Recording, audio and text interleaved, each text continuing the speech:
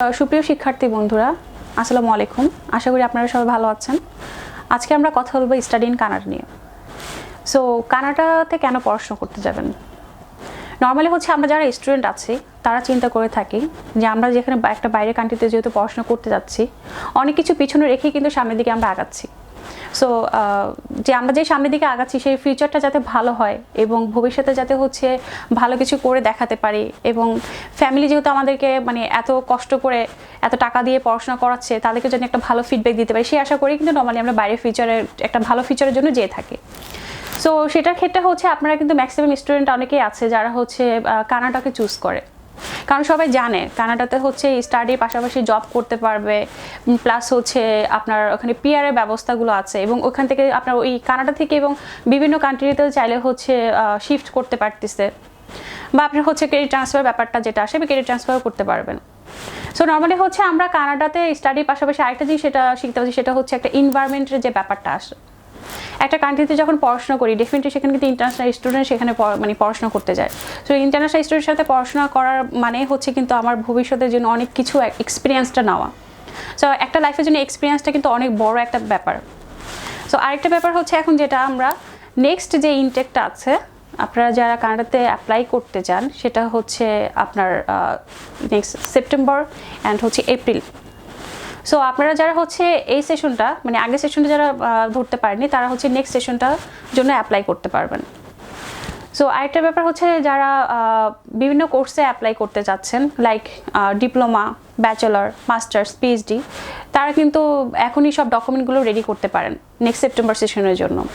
আর যারা আইএলটিএস দিয়ে অ্যাপ্লাই করতে চাচ্ছেন তারা অবশ্যই ডেফিনেট একটা জিনিস মাথায় রাখবেন, সেটা আন্ডার গ্র্যাজুয়েটের জন্য ওভারঅল যাতে আপনার 6.5 যাতে আসে, অ্যান্ড এইচ ব্যান্ড 5.5 করে থাকতে হচ্ছে।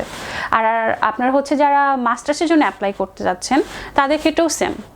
বাট এখানে কিছু ব্যাপার আছে, যারা স্কলারশিপ চায়। অনেকে আছেন যে বলেন যে কানাডাতে স্কলারশিপ আছে কিনা। ইয়েস, কানাডাতে স্কলারশিপ আছে, বাট আমরা নর্মালি জানি এই স্কলারশিপটা সবার জন্য না। সো এখানে যাদের একাডেমিক রেজাল্ট ভালো আছে এবং আইএলটিএস স্কোর ভালো আছে তারা এই স্কলারশিপের জন্য অ্যাপ্লাই করতে পারেন। সো স্কলারশিপের জন্য যে রিকোয়ারমেন্টটা আমি একটু বলে নিই, সেটা আপনাদের একাডেমিকের পাশাপাশি যারা আন্ডার গ্র্যাজুয়েটের জন্য আছেন তাদের ক্ষেত্রে যেটা আপনার আইএলটিএসে 6.5 থাকতে হবে, ইচ ব্যান্ড 5.5 করে থাকতে হবে। আর যারা মাস্টার্স পিএইচডির জন্য যারা আছেন ফুল ফ্রি স্কলারশিপের জন্য চাচ্ছেন তাদের ক্ষেত্রে আপনার আইএলটিএস এর ওভারঅল 7 থাকতে হবে এবং ইচ ব্যান্ড 6 করে থাকতে হবে। নর্মালি কানাডাতে 3 ধরনের স্কলারশিপ ওরা প্রোভাইড করে: ইউনিভার্সাল স্কলারশিপ, ইউনিভার্সিটি স্কলারশিপ এবং কানাডিয়ান গভর্নমেন্ট স্কলারশিপ।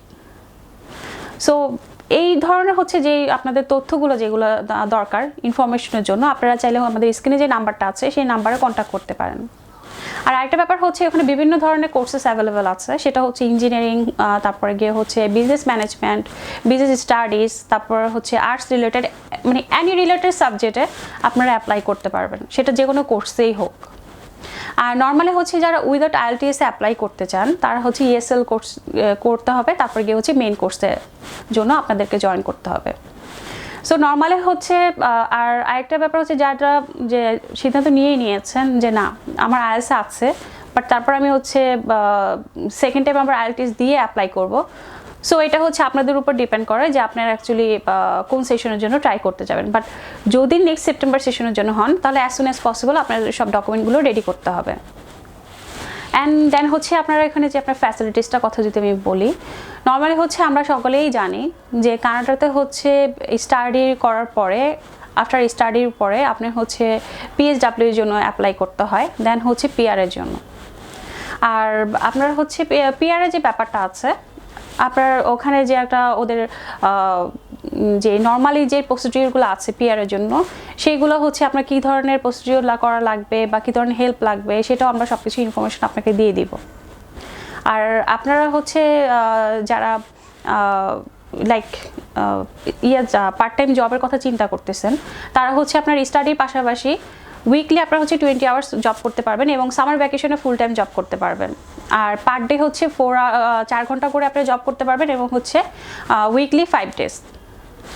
আর এক্সট্রা যে ইয়েটা আপনারা যারা নর্মালি আরও কিছু ইনফরমেশন জানতে চাচ্ছেন যে আরও কী কী ফ্যাসিলিটিস পাওয়া যাবে বা কোন কোন ইউনিভার্সিটি নিয়ে আমরা কাজ করছি এবং কী কী সুবিধাগুলো আমরা পাবো, সেটার জন্য আমাদের স্ক্রিনে দেওয়া নাম্বারটা কন্ট্যাক্ট করতে পারেন, অথবা আপনারা আমাদের অফিসে এসেও যোগাযোগ করতে পারেন, অথবা আমাদের হোয়াটসঅ্যাপ আছে, উইচ্যাট আছে, ইনস্টাগ্রাম আছে, মেইল আছে, এইগুলোর মাধ্যমে ইউটিউব আছে, এইগুলোর মাধ্যমেও আমাদের সাথে কন্ট্যাক্ট করতে পারেন। সো আপনারা দেরি না করে নেক্সট ইনটেকের জন্য এখন থেকে প্রিপারেশন নিয়ে নেন এবং অ্যাজ সুন অ্যাজ পসিবল আমাদের সাথে কন্ট্যাক্ট করার জন্য ট্রাই করেন। ধন্যবাদ সবাইকে, আশা করি আপনারা সবাই ভালো থাকবেন।